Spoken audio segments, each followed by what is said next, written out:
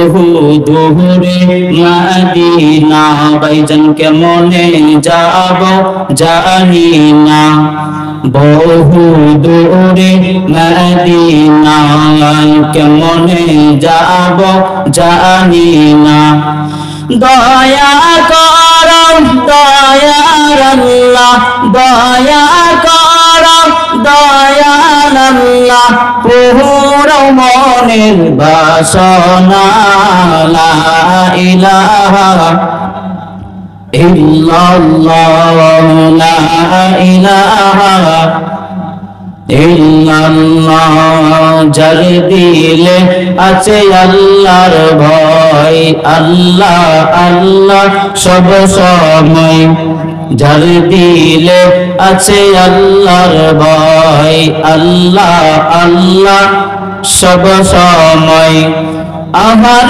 নিদ্রা ভালো লাগে না আমার নিদ্রা ভালো লাগে না ভালো লাগে শুধু ইল্লাল্লাহ লা ইলাহা একটু জোরে পড়ি লা ইলাহা ইল্লাল্লাহ লা ইলাহা ইল্লাল্লাহ হাতে করি হাতের কাম পায়ে করি পায়ের কাম হাতে করি হাতের কাম পায়ে করি পায়ের কাম জবানে পড়ি মধুর নাম লা ইলাহা ইল্লাল্লাহ লা ইলাহা ইল্লাল্লাহ লা ইলাহা ইল্লাল্লাহ লা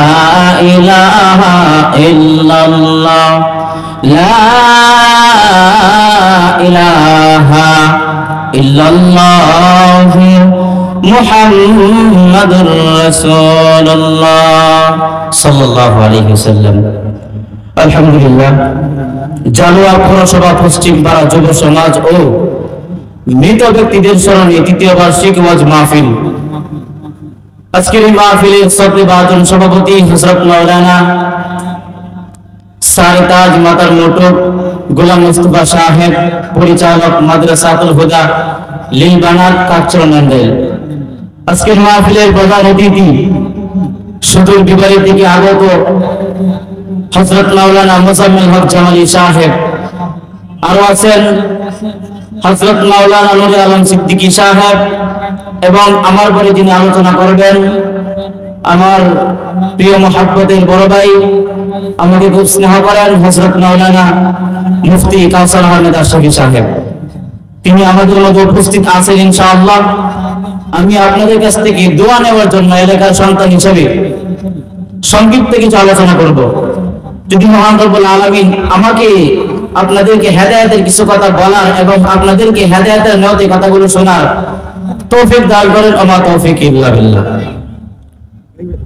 আমি আপনাদের সম্মুখে পবিত্র কালাম আল্লাহ থেকে একটা আয়াত তেলাওয়াত করেছি। তো আল্লাহ তাআলা এই আয়াতের মধ্যে বলেন, ভূমিকা আমি লম্বা করতে চাচ্ছি না, যেহেতু সময় কম, অল্প কিছুক্ষণের মধ্যে আমি আলোচনা শেষ করবো ইনশাআল্লাহ। তো আল্লাহ বলেন, قل يا عبادي الذين أسرفوا على أنفسهم لا تقنطوا من رحمة الله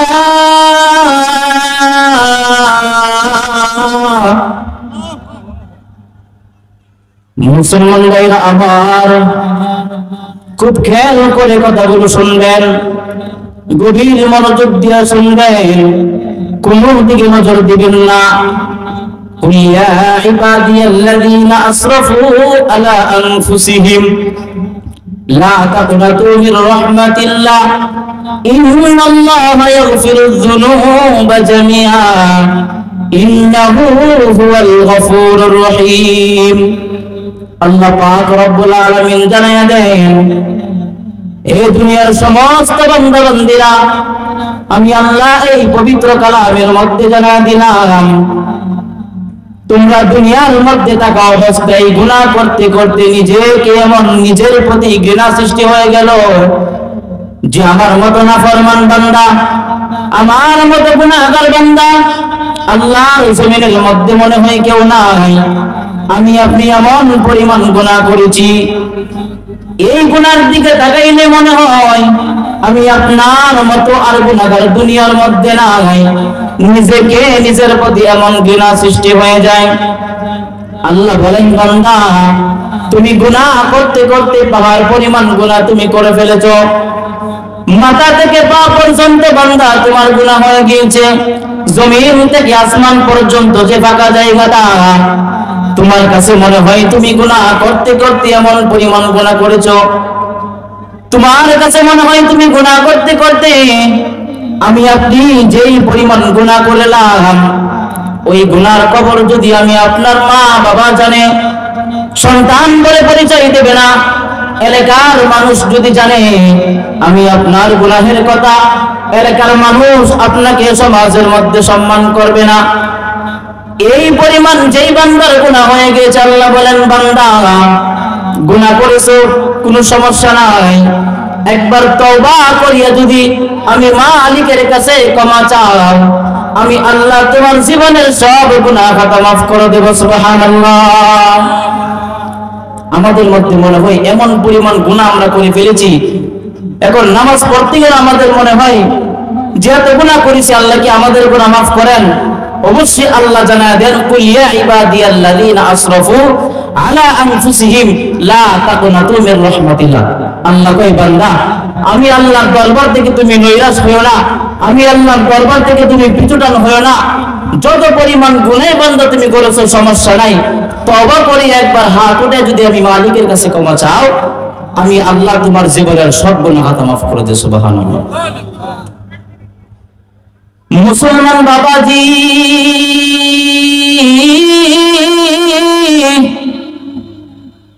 এমন পরিমাণ গুনাহ আমরা করে ফেললাম, যেই গুনার দিকে তাকাইলে মনে হয় আমি আপনার মতো পাপী বান্দা এই জমিনের মধ্যে আর কেউ নাই। একটা ঘটনা আপনাদের সম্মুখে আমি বলতে চাই। ওই ঘটনার মাধ্যমে বান্দা আমরা তো কে পরিমাণ গুনাহ করলাম, এমন বড় গুনাহ আমরা করি নাই যে গুনাহ জাহিলিয়াতের যুগের মানুষেরা করত। যেই গুনাহ জাহিলিয়াতের মানুষের যুগেরা গুনাহ করেছে, এত বড় গুনাহ কিন্তু আমরা করি নাই। বিশ্বনবীর দরবারে একজন সাহাবী, তার নাম ছিলেন দাহিয়াতুল কলবি। নবীজি যখন নামাজের পর মসজিদের নববী থেকে যখন বের হবেন, প্রত্যেক নামাজের পর সাহাবায়ে কেরাম নামাজের পরে নবীজির সঙ্গে আলোচনা করতেন। আমি আপনার নবী বিশ্বনবী রাহমাতুল লিল আলামিন সাহাবায়েদেরকে নিয়ে, সাহাবায়ে কেরামদেরকে নিয়ে নামাজের পর কার কি প্রয়োজন, কার কি সমস্যা, কার কি প্রয়োজন, নবীজি সবাইকে নিয়ে আলোচনার মধ্যে বসতেন। আলোচনার পর সবাই যার যার মতো যার যার কর্মস্থানে চলে যাইতেছেন। নবীজি যখন মসজিদের নববী থেকে বের হবেন, এমন সময় নবীজির কানের মধ্যে একটা কান্নার আওয়াজ চলে আসলো। ওই কান্নার আওয়াজটা শুনিয়া আমি আপনার নবী বিশ্বনবী রাহমাতুল লিল আলামিন, যে নবী উম্মতের জন্য এত কান্না করেছেন, এত কষ্ট করেছেন, ওই নবীজির সুন্নাত আমরা মানতে চাই না। যে নবীজির সুপারিশ ছাড়া আমি আপনি জান্নাতে যেতে পারবো না, যে নবীর সুপারিশ ছাড়া কিয়ামতের ময়দানে অন্য কোন নবী আগে জান্নাতে যেতে পারবে না, এমন মায়ার নবী আমি আপনার জন্য কত কান্না করেছেন, কত কষ্ট করেছেন, এখনো পর্যন্ত কান্না করেন গুনাহগার উম্মতের জন্য। আমরা হলাম সেই নবীর উম্মত, যেই নবী হাসরের ময়দানে মালিকের কাছে দরখাস্ত করবেন, আল্লাহ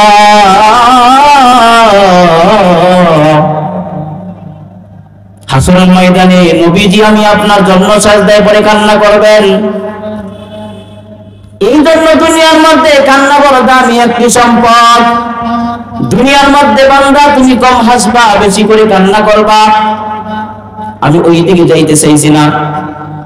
বিশ্বনবীর কানের মধ্যে যখন কান্নার অবস্থা চলে আসলো, আমি আপনার নবী মায়ার নবী রাহমাতুল লিল আলামিন কান্নার আওয়াজ শোনার পর পিছন ফিরে তাকাইলেন, দেখলেন মসজিদে নববীর মধ্যে একটা কোণার মধ্যে একজন বান্দা চোখের পানি ছেড়ে কান্না করে। ওই তার নাম ছিল দাহিয়াতুল কলবি। জাহিলিয়াতের যুগের মধ্যে এমন গুনাহ করেছে যেই গুনার দিকে তাকাইলে আমি আপনার গুনাহ কোনো গুনাহ মনে হয় না। ওই দাহিয়াতুল কলবি চোখের পানি ছেড়ে মসজিদের নববীর কোণার মধ্যে বসিয়া কান্না করতেছে। আমি আপনার নবী মায়ের নবী পিছন ফিরে তাকাইলেন। তাকানোর পর দেখলেন একজন বান্দা চোখের পানি ছেড়ে কান্না করে। আমি আপনার নবী তো মায়ার নবী, উম্মতের জন্য পাগল। বিশ্বনবী রাহমাতুল লিল আলামিন হাঁটি হাঁটি পা করিয়া ওই সাহাবায়ে কেরামের কাছে গিয়ে বসলেন। বসে বলতেছেন, ভাই তোমার কি সমস্যা, কি প্রয়োজন, তুমি এভাবে কান্না করতেছো? দাহিয়াতুল কলবি ডাক দিয়ে বলেন, নবী গো, আমি আপনার দরবারে আসলাম, এমন পরিমাণ গুনাহ আমি করেছি, আমার আল্লাহ মনে হয় আমাকে আর ক্ষমা করবে না। আমার আল্লাহ মনে হয় এই দুনিয়ার মধ্যে আমার মতো পাপী মনে হয় এই দুনিয়ার মধ্যে আর নাই। নবীজি বলতেছেন, ও ভাই তোমার কি সমস্যা, কি এমন গুনাহ করেছো অজরে কান্না করতেছো? তোমার কান্নার দিকে মনে হয় তুমি এমন পরিমাণ গুনাহ করেছো, বড় একটা গুনাহ। দাহিয়াতুল কলবি এবার নবীজির সঙ্গে কান্না করতেছেন আর বলতেছেন, নবী গো, আমি এমন পরিমাণ গুনাহ করেছি, আমার আল্লাহ মনে হয় আমাকে ক্ষমা করবেন না। বলেন না সুবহানাল্লাহ। দাহিয়াতুল কলবিকে আমি আপনার নবী বিশ্বনবী রাহমাতুল লিল আলামিন বলতেছেন, ভাই তোমার কি সমস্যা, তোমার ঘটনাটা আমাকে একটু বুঝিয়ে বলো। দাহিয়াতুল কলবি এবার তার গুনাহের কথা বলতে শুরু করলো। জাহিলিয়াতের যুগের মধ্যে কন্যা সন্তানদের কোনো দাম ছিল না, মেয়েদের কোনো দাম ছিল না। কন্যা সন্তান জন্মগ্রহণ করতে জিন্দা কবর দিয়া দিত। ওই দাহিয়াতুল কলবি ছিলেন এলাকার মধ্যে একজন প্রভাবশালী লোক। তার কথা মতে এলাকার মানুষ চলাফেরা করত, তাকে সবাই সম্মান করত, তাকে সবাই মানত। ওই দাহিয়াতুল কলবি এবার বলতে লাগলেন, নবী গো, আমি এমন গুনাহ করেছি, আমার হাত দিয়া এলাকার প্রত্যেকটা কন্যা সন্তানকে জিন্দা কবর দিয়ে দিছি। নাউজুবিল্লাহ। জাহিলিয়াতের যুগের মধ্যে এমন একটা আইন ছিল, কন্যা সন্তান জন্মগ্রহণ করলে কি করতেন? হত্যা করে ফেলতেন। কন্যা সন্তানের কোনো দাম ছিল না। আর যদি ছেলে সন্তান জন্মগ্রহণ করত, এলাকার মধ্যে ডাক বিল পিটাইয়া মিষ্টি বন্টন করত। বলতেন আমার একজন লাঠি বাঁচছেন। কি বলতেন? ছেলে সন্তান জন্মগ্রহণ করলে বলতেন আমার সংসারের মধ্যে, আমার গোষ্ঠীর মধ্যে একটা লাঠি বাঁচছেন। আর মেয়ে সন্তান জন্মগ্রহণ করলেন তাদের বোঝা মনে হইতো এবং সঙ্গে সঙ্গে জিন্দা কবর দিয়ে দিত। নাউজুবিল্লাহ। মুসলমান ভাইরা আমার, কোনো দিকে নজর দিবেন না, খুব খেয়াল করে শুনবেন। উদাহরণের মাধ্যমে আলোচনা বুঝলে খুব সহজ হয়ে যায়। দাহিয়াতুল কলবি এবার চোখের পানি ছেড়ে ছেড়ে কান্না করে বলেন, নবী গো, আমি এমন গুনাহ করেছি, আমার আল্লাহ মনে হয় আমাকে ক্ষমা করবেন না। মুসলমান ভাইরা দিলটাকে একটু নরম করে দেন না, একটু দিলটাকে নরম করে দেন না। ও মা বোনেরা, পর্দার আড়াল থেকে আলোচনা শুনতেছেন, একটু ভালো করে আলোচনা শোনার চেষ্টা করেন। হতে পারে আজকের এই আলোচনা, এই মাহফিলের আলোচনায় আপনাকে আমাকে আল্লাহ তাআলা হেদায়েত দান করবেন। দাহিয়াতুল কলবি বললেন, নবী গো, আমার এই হাত দিয়া এলাকার হাজার হাজার কন্যা সন্তান আমি জিন্দা কবর দিয়ে দিয়েছি। একদিনের ঘটনাটা আমি আপনাকে শোনাই। দাহিয়াতুল কলবি এবার তার নিজের কন্যা সন্তানের ঘটনাটা শোনাইতে লাগলো। বলতেছেন, নবী গো, আমি আমার নিজের সন্তানকে আমার হাত দিয়া জিন্দা কবর দিয়ে দিয়েছিলাম। এলাকার মধ্যে যখন প্রত্যেকটা ঘরের কন্যা সন্তানকে আমার নিজের হাত দিয়া কবর দিয়ে দিলাম, আমি ব্যবসার উদ্দেশ্যে গ্রাম থেকে শহরে চলে যাব। এমন সময় আমার বিবিকে আমি বলিয়া গেলাম, ও প্রাণের বিবি আমার, আমি ব্যবসার উদ্দেশ্যে বাড়ি থেকে বিদেশে চলে যাইতেছি। তোমার গর্ভে যে সন্তান যদি কন্যা সন্তান জন্মগ্রহণ করে, আমি আসার অপেক্ষা করবা না, সঙ্গে সঙ্গে তুমি জিন্দা কবর দিয়ে দিবা, নাউজুবিল্লাহ। আর যদি দেখো তোমার গর্ভে থেকে ছেলে সন্তান জন্মগ্রহণ করেন, এলাকার সবাই মেহমানদারি করবা, ডাকডুল পিটাইয়া মিষ্টি বন্টন করবা, জানাইয়া দিবা আমি দাহিয়াতুল কলবির ঘরে একটা লাঠি বাড়ছেন। এই কথা বলিয়া দাহিয়াতুল কলবি সফরের উদ্দেশ্যে চলে গেল।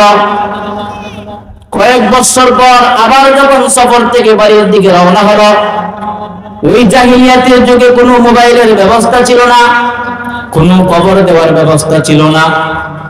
ওই দাহিয়াতুল কলবির বিবির ঘরে একটা কন্যা সন্তান জন্মগ্রহণ করলো। মায়েদের মন তো খুব, দিলের কবর খুব নরম। ওই মা ওই মেয়েটার চোখের দিকে তাকাইয়া, চেহারার দিকে তাকাইয়া মায়া লেগে গেল।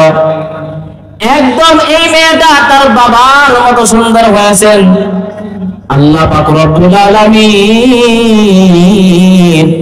দাহিয়াতুল কলবিকে খুব সুন্দর অধিকারীর চেহারা হিসেবে বানাইছিলেন।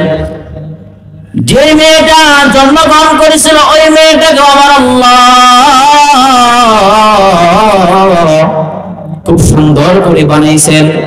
ওই সুন্দর চেহারার কারণে তার মেয়ের নাম রাখলো জামিলা।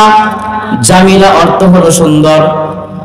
দাহিয়াতুল কলবি ব্যবসার উদ্দেশ্যে যখন বাড়িতে আসলো, বাড়িতে আসার পর দাহিয়াতুল কলবি যখন বাড়ির মধ্যে প্রবেশ করলো, বাড়িতে প্রবেশ করার সঙ্গে সঙ্গে দরজার মধ্যে তাকাইয়া দেখে একটা সুন্দর চেহারার অধিকারী একটা মেয়ে, 7-8 বছরের মেয়েটা। দাহিয়াতুল কলবি দেখার পর তার মনের মধ্যে একটা চিন্তিত আসে গেল, যে মেয়েটা খেয়ে আমার ঘরের দরজার মধ্যে দাঁড়ায় আছেন। দাহিয়াতুল কলবি মনে মনে রাগান্বিত হইয়া কিছু বলল না। ওই মেয়েটা তার মার কাছ থেকে তার বাবার বর্ণনা সবকিছু জানতে পারলো।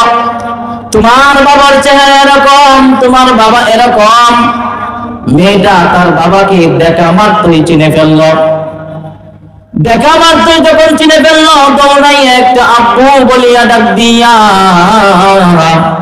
দৌড়াইয়া বাবাকে গিয়া জড়াইয়া ধরলো। দাহিয়াতুল কলবি মনে মনে রাগান্বিত হইয়া মেয়েটার হাতটা সরাইয়া ঘরের মধ্যে প্রবেশ করলো। এ মুসলমান বাবাজি,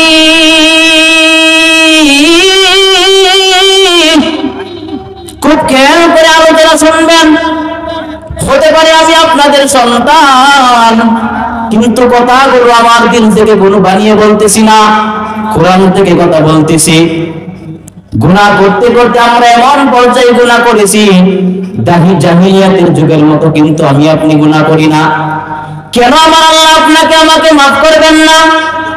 আল্লাহর কাছে যদি আমরা চাওয়ার মতো চাইতে পারি, আমার আল্লাহ জীবনের সব গুনাহ খাতা মাফ করে দিবে। বলেন না সুবহানাল্লাহ? জোরে বলেন না সুবহানাল্লাহ? আবার বলেন না সুবহানাল্লাহ? সুবহানাল্লাহর কি ফজিলত যদি আমরা জানতাম, তাহলে আমরা সুবহানাল্লাহ বলার জন্য একটা প্রতিযোগিতা শুরু করে দিতাম। একবার সুবহানাল্লাহ বললে আমার আল্লাহ কই 3টা জিনিস আমি তোমাদেরকে দেব। সুবহানাল্লাহ।